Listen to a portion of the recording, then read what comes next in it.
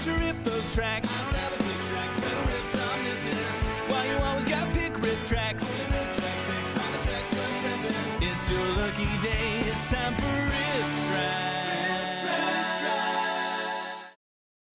Hello, I'm Faith, and welcome to Faith's Take, where I talk about anything and everything that I find interesting. This is the third video in my 10 weeks of Mystery Science and Rifftrax Top 10s project, all leading up to the big Mystery Science Theater 3000 reunion show on June 28th. This week, I'm doing my top 10 Rifftrax VODs. This list was actually a lot harder than I had originally anticipated, as every single one on this list, including the honorable mentions, are just so great. But I did the best I could. So let's get right into it. My top 10 favorite Rifftrax VODs. Number 10. I'm afraid I'm a little too clumsy to serve my guests when they're as small as you. Shrink people, then insult them for being small. The perfect crime. Created by Mystery Science favorite Bird-Eye Gordon and starring other Misty favorite John Agar, Attack of the Puppet People features a crazy old toy maker who uses impossible science to shrink people down and make them his dolls. Not his puppets, his dolls. And yes, it is just as creepy as it sounds. Surely you aren't afraid of me, are you? Why, I'm your friend. Your giant, demented friend. Oh, you must. Oh, it's very pretty, isn't it? You remember you selected this yourself. Typical blame the fashion victim now you thinking. Want to make yourself look nice. I'm sure you're going to meet Bob. Shall I help you? I'm still struggling with the idea that the elderly doll enthusiast is pervy. I mean, who knew? And a miniature bottle of champagne. I could have poured just a little bit from a regular bottle, but that wouldn't have been Adora creepy. While his newest victims seem to know that the man is certifiably insane, most of the dolls seem to be perfectly fine with this and even enjoy their new captive lifestyle. I got used to the size in about 10 minutes. And believe me, brother, I kind of like it. Of course, I huff a lot of that glue back there. Delightful. Now, if he can just capture and shrink Dick Clark, he'll have a hit TV show on his hands. Or just get Ryan Seacrest. He's already the right size. Oh gosh, I'm awfully sleepy. How long did he put me away this time? The loss of my freedom and humanity is such a drag. And say what you will about Bird-Eye Gordon, but the man sure knew how to promote his own movies. Well, hey, look at that. Mike, bring up any fond memories? Oh, yeah, you mean the time I had too many mimosas at my son's communion party, put on a diaper and a bald cap, stumbled around and smashed things? Sure, I guess that's what I meant. Yeah. He did not, however, know how to competently end a film. Don't leave me. I'll be alone. I mean, come on, what have I ever done to you? Wait, that's it? What happened to the other people? They got eaten by a mounted policeman's horse, so they didn't want to show it. Wait, does he go to prison? Does he die an ironic death? You know, that is none of your business. Number 9. Little kids shouldn't play in the rain. So if it starts raining, go inside. Till then, have a blast. Did you ever want to see a movie where Meatloaf chases down a little girl and almost murders her parents to capture a snowboarding Yeti? That To Catch a Yeti delivers for ya. So at some point, someone said, Mr. Meatloaf, we have the perfect movie for you. Everything about this movie is just plain ugly. Exhibit A? She's gonna be begging to get in. Lock me to Dunkin' Donuts 5 minutes past 9. Exhibit B? He looks like a Furby you'd buy at an Eastern Bloc dollar store. And Exhibit C. Looks like a Spencer's Gifts ate a Halloween party store and then threw up in here. And even with a premise this stupid, the dialogue doesn't make any sense whatsoever. An alert for stolen Yeti? The guys at headquarters would kill themselves. But they broke in here. Guys at headquarters don't sound very stable. An illegal act. Hanging by a thread. But what else can you expect when your movie stars Meatloaf and the most unappealing puppet in mankind's history? Now kids everywhere are breaking their skateboards in half, throwing them next to their broken Nerf guns. And it's over. Seriously, as a huge fan of Jim Henson, the puppetry in this movie hurts me. It hurts me a lot. I summon the lame pet toy gods to heal this girl. And while a film like this could raise many questions, I only have one. How on earth was the puppetry this bad in 1995? Decent waving technique. I must have watched a lot of videos of Queen Elizabeth II. Number 8. Oh. Well, it was inevitable. Someday I knew the moment would come when I'd have to gouge my own eyes out. This is it. No, Bill, stay your hand. There'll be plenty of other moments coming up. Be ashamed to let those go to waste. Well, good point. The year is 1978. The sci-fi opera that no one in Hollywood thought would work became one of the biggest hits in film history. How do you milk that cow for all it's worth? Create a holiday special for it. You got cartoons. What happened? I don't know. Well, somebody must know something. Han, all the blood drained to your chin. Guest stars. Just said that. Academy Award winner Art Carney, ladies and gentlemen. Very good. Sprig of celery. And then go ahead and dump all of your dignity right into the pot. Musical numbers. So this all happened a long time ago in a galaxy far, far away, right? So they say, yeah. So there's very little chance of it ever getting close enough to affect us. I think we're safe, Bill. Guest stars with musical numbers. Just one more round, friend. Oh dear. Yes. Then homeward bound, friend. A lot of... And even the main cast has come back to reprise their roles. So what characters are you going to focus on? The never-before-seen family members of the one who can't even speak English.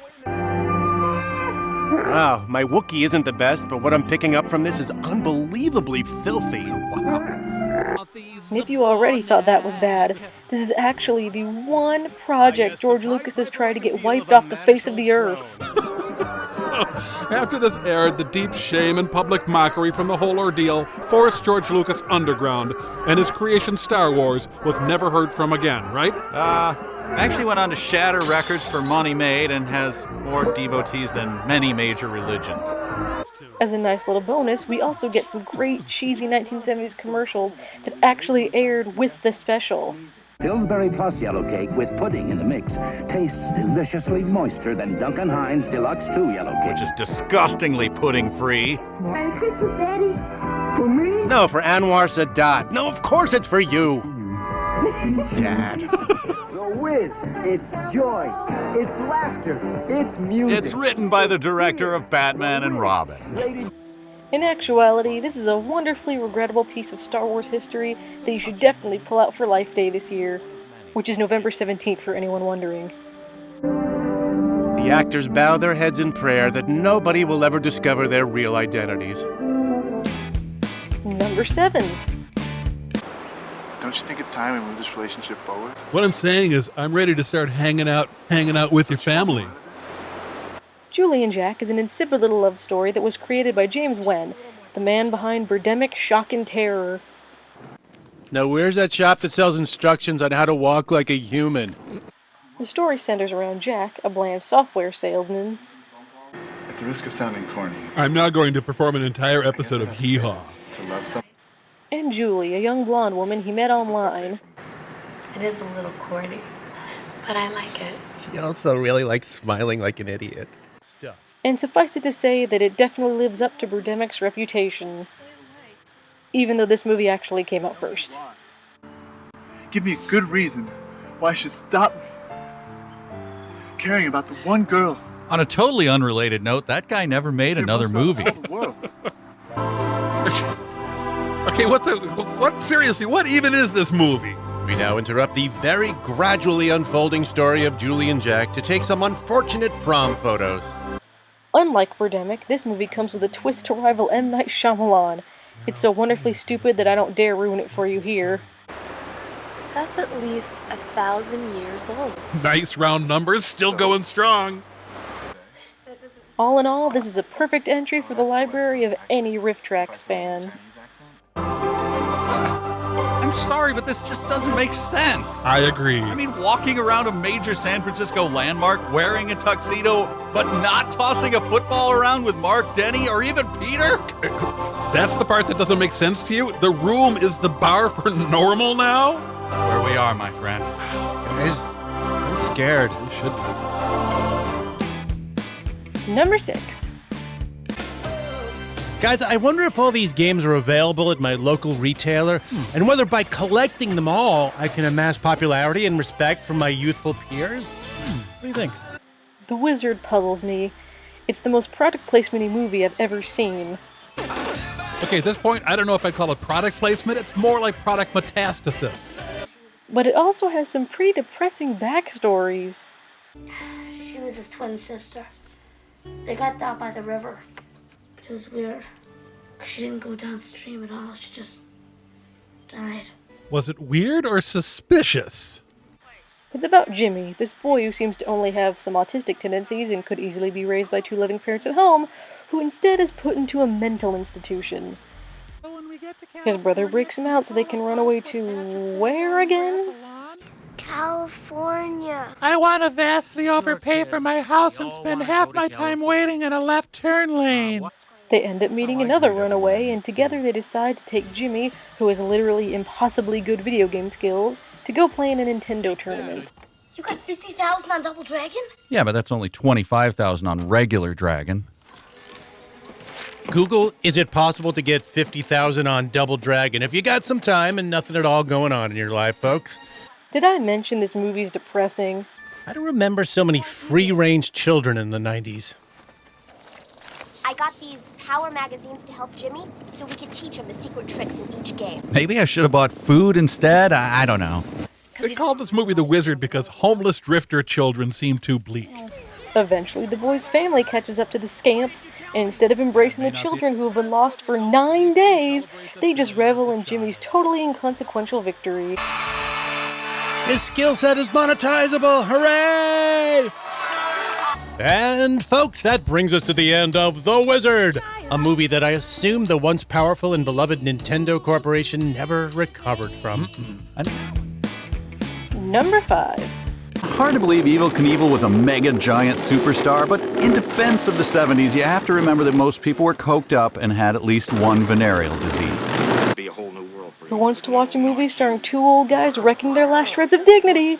Well, too bad, because here it is. Any way you want it, man. Especially if slow and awkward is your thing. Was anyone really asking for Evel Knievel to star in a movie? Why, this ploy almost seems to rely on the very same skill set he's been developing for years. And were there really people clamoring for him to be paired with a depressing Gene Kelly? Will, Ben, I'm sorry. Yeah, I'm sorry.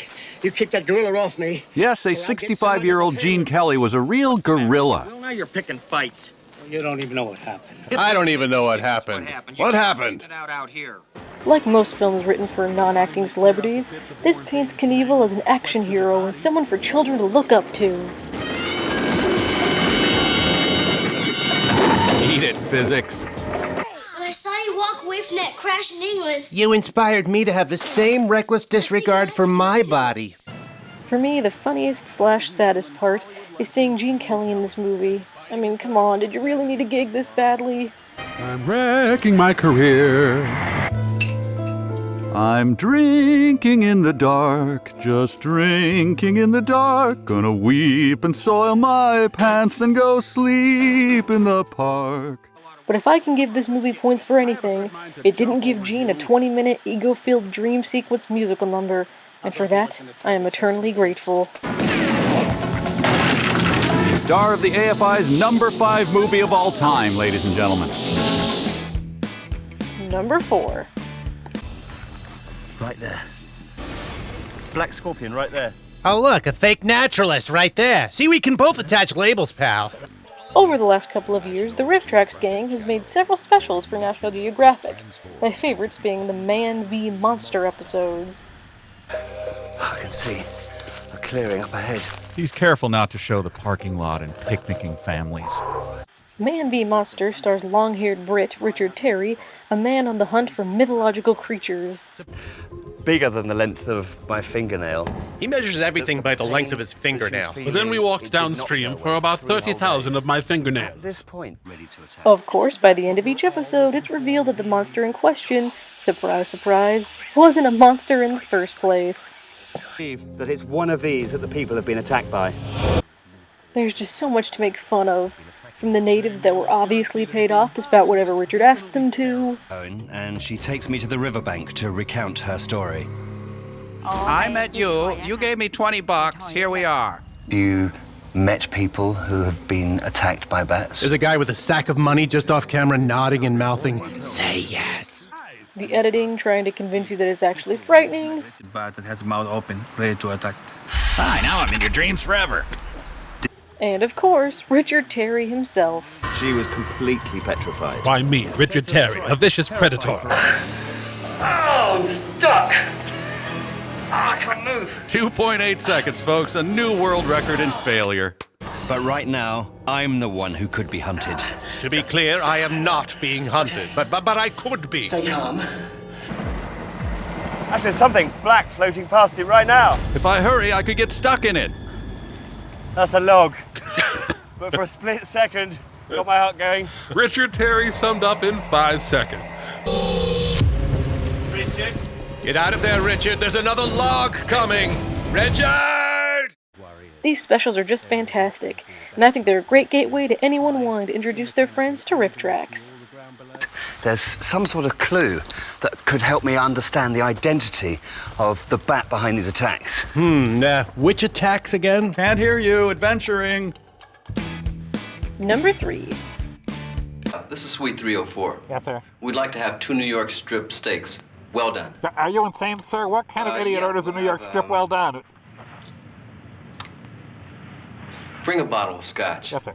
J&B. What, sir, would you like a real scotch? J&B is literally the word. The Guy from Harlem is about Al, a guy from Harlem, who works as a detective in Florida. We can assume he's dialing his agent, trying to get off this very film. The movie is basically split into 2 parts. In the first half, the guy from Harlem gets a mission from a friend at the CIA to protect a woman from Africa. This person from my African nation, she's the wife of a chief of state. Sorry, could you be more vague? And we're thinking that you'll check in at a hotel as man and wife. You didn't learn any of your lines, did you? Just how much do I get for this little number? There's $2,000 in it for you. Plus a leisure suit allowance. Hey, that... And how does the movie explain this important woman's backstory? Now, where does a foreigner pick an accent like that? Well, when I was very young in the... And how'd you become the wife of the president? Oh, that surprised me. Well, I'm sure the explanation for such an outrageous development is... Wait, that's it? Yeah. How the hell did you become the wife of an African president? In the second half, a drug dealer named Harry, who has never heard of having an inside voice, approaches the guy from Harlem to save his daughter who's been kidnapped. I don't know. I think you can. I came here to see Al Connors. I'm hoping he can help me control the volume of my voice. Hey, Dad. You think that dude will see us? Think it? He better see us. Hey, Mike, think I could have some of your water? Think it? Of course, here you go. And why doesn't he send his own stooges to go rescue her? Everybody's too upset. After all, man, you're talking about my daughter. My criminal organization is very sensitive. Of course, the guy from Harlem is able to single-handedly rescue her from her captors and bring her back safely to her father. Wow. Daddy, you just made my ears bleed. He even goes one step farther by defeating the drug lord that kidnapped her in the first place by just sort of awkwardly wrestling him to the ground. And then he goes off with the daughter who he's known for less than a day. Man, are you thinking what I'm thinking? I guess you better be buying a new suit, brother. Right on. Wait, what? Their sister's off to boink some guy so they need to buy new clothes Too weird to speculate, plus the movie's over. Wait, what? Number 2. Where you going? Across the street to, Sling a Schlong. Yeah, right. More like you're gonna go schling a schlong. But that's what he said. It is? Why was Vanilla Ice ever a thing? Because 15 million of you sad bastards bought To the Extreme. Thanks to all those morons, some poor screenwriter had to write a script around this guy. A marionette operated by a chimp having a seizure! Oh wait, just vanilla. I'll be here doing this. Don't even have to learn how to dance. Just jump around like there's a monkey in your underpants. Drop that 0 and get with the hero. The quip that caused a worldwide lameness shortage. The writer chose to expedite this process by writing solely in cliches. The bad boy who was inexplicably into the scholarly girl who was inexplicably into him. Ladies? Doofus? The guy being a total creep, but the girl is still interested anyway. Well, here we are, the age-old story. Girl partly naked, boy who broke into her room dressed like a 5-year-old. Timeless. Montages that are supposed to be romantic, but end up being incredibly off-putting instead. Then suddenly, a teen STD PSA broke out. The couple having a big misunderstanding. You don't know me. You don't know me at all. You know, he offers not so much food for thought as toxic runoff for thought. And the couple joining forces to rescue the girl's kidnapped brother. Wait, what? Tonight, mediocre rappers on crotch rockets. They're better than cops. Can we all just agree to never make movies starring idiot non-actors again? Thanks. Well, I think now I could purchase your talent for a McRib coupon. Honorable mentions. Even the me underwears guy from The Room is embarrassed for this kid.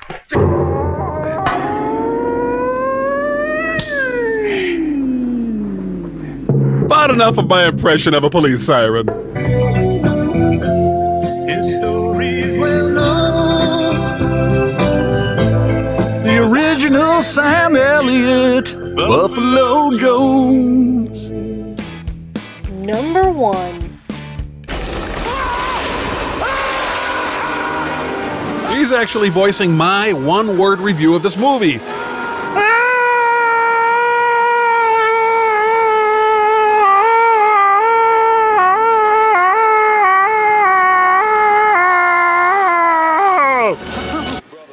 This movie is just beyond laughable. Everyone knows the Mario games, even if they haven't played one before, and this has nothing to do with them whatsoever. Ah, here we go. Now we get to meet all the fun, colorful characters from the Mario universe. Or whatever the hell this is.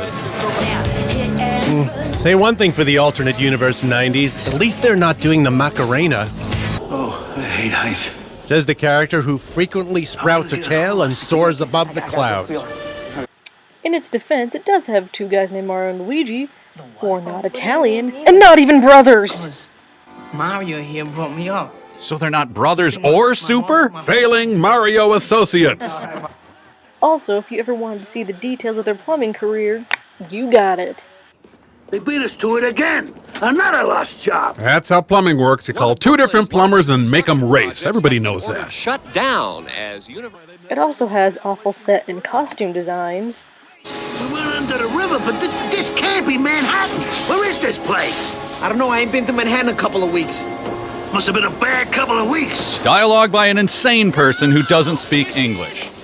And lots of annoying voices. Get in the car. But I didn't do nothing. Are you telling us that you can arrest the guy for being a plumber? Get out of here. Ah, more ear-pleasing sounds from Super Mario Brothers. Get in the car. You're gonna get this stupid gun. You said you got the Koopa. You got the Koopa in the car. I'm John Leguizamo. Daisy! Luigi? Daisy! Luigi! So, Daisy Luigi then? I'm not sure. Let's hear them hideously shriek it a few more times. Daisy! Luigi! Daisy! Luigi! Okay, do it again and I will kill you.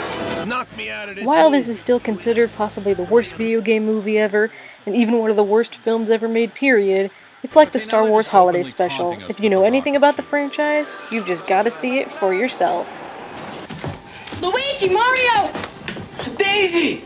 You gotta come with me, I need your help. What's wrong? My septic tank is backed up. Believe this. I believe it. You do? I believe. Time to set up a sequel that'll never get made. Oh, and that is it here from the world of Super Rifftrax Brothers. Go home and hug your mushroom dinosaur bomb babies. Yes, the Super Mario Brothers movie, so amazingly good and amazingly bad all at the same time.